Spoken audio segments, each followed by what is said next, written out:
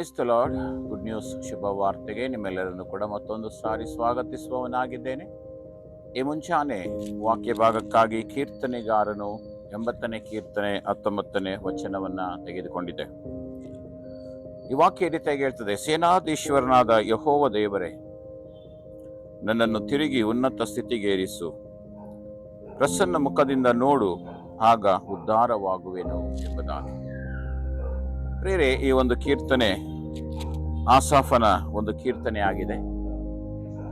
ಆಸಾಫನು ದೇವರ ಮುಂದೆ ಪ್ರಾರ್ಥಿಸ್ತಾ ಇದ್ದಾನೆ. ಇಲ್ಲಿ ದೇವರೇ, ನನ್ನನ್ನು ಉನ್ನತ ಸ್ಥಿತಿಗೇರಿಸು, ಪ್ರಸನ್ನ ಮುಖದಿಂದ ನೋಡಿ, ಆಗ ಉದ್ಧಾರವಾಗುವೆನೆಂಬುದಾಗಿ.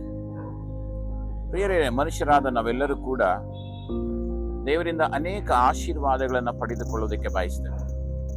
ಸ್ವಸ್ಥತೆಯನ್ನ, ಬಿಡುಗಡೆಯನ್ನ ಪಡೆದುಕೊಳ್ಳುವುದಕ್ಕೆ ಬಯಸ್ತೇವೆ.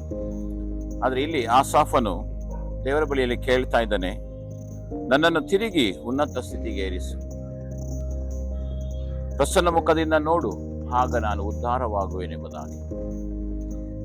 ಹೌದು ಪ್ರಿಯರೇ, ನಾವು ದೇವರ ಬಳಿಯಲ್ಲಿ ಪ್ರಾರ್ಥಿಸುವಾಗ ದೇವರು ನಮ್ಮ ಪ್ರಾರ್ಥನೆಗಳನ್ನು ಕೇಳಿ ನಮ್ಮನ್ನು ಉದ್ಧರಿಸುವವನಾಗಿದ್ದಾನೆ. ಬೇಡಿಕೊಳ್ಳಿರಿ, ನಿಮಗೆ ದೊರೆಯುವುದು, ಹುಡುಕಿರಿ, ನಿಮಗೆ ಸಿಕ್ಕುವುದು, ತಟ್ಟಿರಿ, ತೆರೆಯಲಾಗುವುದು ಎಂಬುದಾಗಿ ವಾಗ್ದಾನ ಮಾಡಿದ ದೇವರು ನಮ್ಮ ದೇವರಾಗಿದ್ದಾನೆ. ಬೇಡಿಕೊಳ್ಳುವಂತ ಪ್ರತಿಯೊಬ್ಬರು ಹೊಂದುವನು ಎಂಬುದಾಗಿ ವಾಗ್ದಾನ ಮಾಡಿದ್ದಾನೆ. ಆಸಾಫನ ಜೊತೆಯಲ್ಲಿ ಸೇರಿ ನಾವು ಕೂಡ ಈ ಸಮಯದಲ್ಲಿ ದೇವರ ಬಳಿಯಲ್ಲಿ ಕೇಳಿಕೊಳ್ಳೋಣ.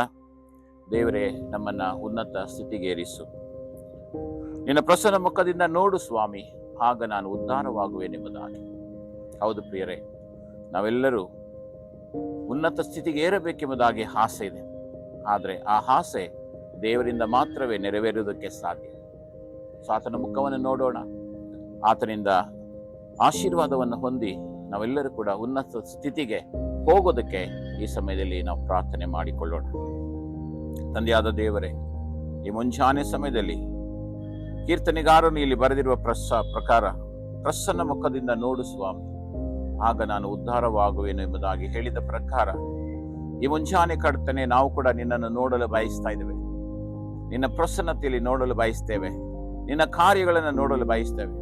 ಅಪ್ಪ, ನಿನ್ನ ದಯೆ, ನಿನ್ನ ಕರುಣೆ ನಮ್ಮ ಮೇಲೆ ಇಳಿದು ಬರಲಿ, ಆಗ ನಾವು ಉದ್ಧಾರವಾಗುವೆವು ಸ್ವಾಮಿ. ಹೌದು, ನೀನು ಇದ್ದರೆ ನಮಗೆ ಸಾಕಪ್ಪ ಕರ್ತನೆ. ಏಕೆಂದರೆ ಕೀರ್ತನೆಗಾರನು 121ನೇ ಕೀರ್ತನೆಯಲ್ಲಿ ಬರೆದಿರುವ ಪ್ರಕಾರ, ಕಣ್ಣೆತ್ತಿ ಪರ್ವತಗಳ ಕಡೆಗೆ ನೋಡ್ರಿ, ನನ್ನ ಸಹಾಯವು ಎಲ್ಲಿಂದ ಬರುವುದು? ಭೂಮಿಯನ್ನು ಆಕಾಶವನ್ನು ಸುಂದರವಾಗಿ ನಿರ್ಮಿಸಿದ ಯೆಹೋವನಿಂದಲೇ ಎಂಬುದಾಗಿ ಹೇಳಿರುವ ಪ್ರಕಾರ, ಹೌದು ಸ್ವಾಮಿ, ನಿನ್ನನ್ನೇ ದೃಷ್ಟಿಸಿ ನೋಡ್ತೇವೆ.